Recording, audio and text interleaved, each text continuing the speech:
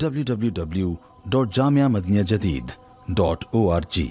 WhatsApp group number +92 333 424 9302. और एक गुजारिश कि ये जो इस सिलसिले में जो उलमा ने फ़ैसला हुकूमत के साथ मिलकर दिया है ये किसी एक आलिम का फ़ैसला नहीं है, न गुफ्तगू है। जमात उलमा के जो नुमाइंदे हैं वो उसमें मौजूद थे और उन्होंने हुकूमत से एक चीज़ तय की। तो जब उलमा की जमात कोई फ़ैसला दे तो तकरीबन उसकी इताअत करनी वाजिब हो जाती है और उस पर अमल न करना गुनाह हो जाता है। फासिक फाजिर देते और बात होती, लेकिन जब उलमा ने या तन्हा कोई आलिम कह रहा है तो उसका भी इतना वज़न नहीं होता। लेकिन जब उलमाए हक़ की जमात कोई बात कहे तो उसकी इताअत तकरीबन वाजिब होती है और उस पर अमल न करने में गुनाह का ख़तरा है। एक और बात है, हमने एहतियाती तदाबीर पर अमल न किया तो ज़रूरी नहीं कि हम ज़रूर मुब्तला हो जाएंगे। अल्लाह जिसे बचाए रखेगा वो बचा रहेगा और जिसको खुदा न खास्ता लपेट में लेना है वो एहतियाती तदाबीर के बावजूद पकड़ा जाता है, लपेट में आता है।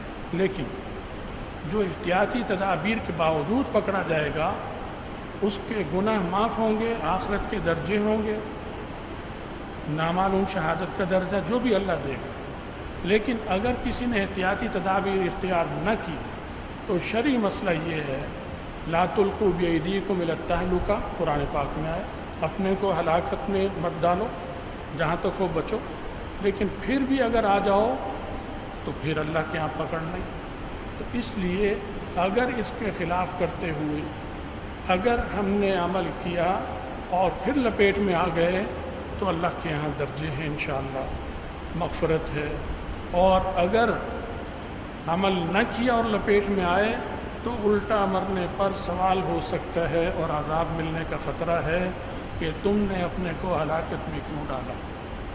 इसलिए ये मसला ज़रूरी है कि हम आप तक बताएं, क्योंकि मुसलमान एक दूसरे का खैर ख़्वाह होता है तो ये बात आप तक पहुँचानी ज़रूरी है।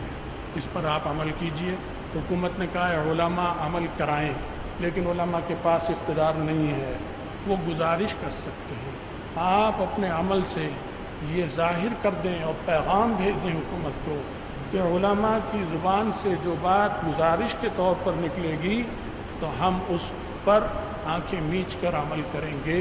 ये पैगाम पूरी दुनिया में एक असर रखेगा, इसका एक असर पहुँचेगा बहुत उम्दा।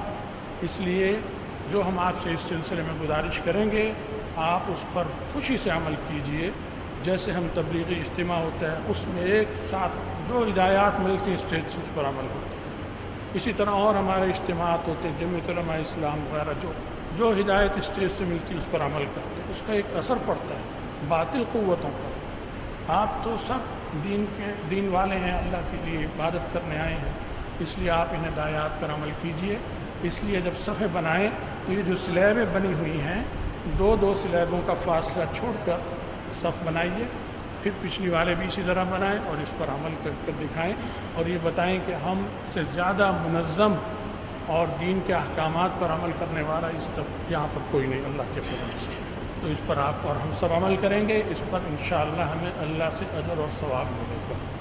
अल्लाह अमल की तौफ़ीक़ अता फ़रमाए।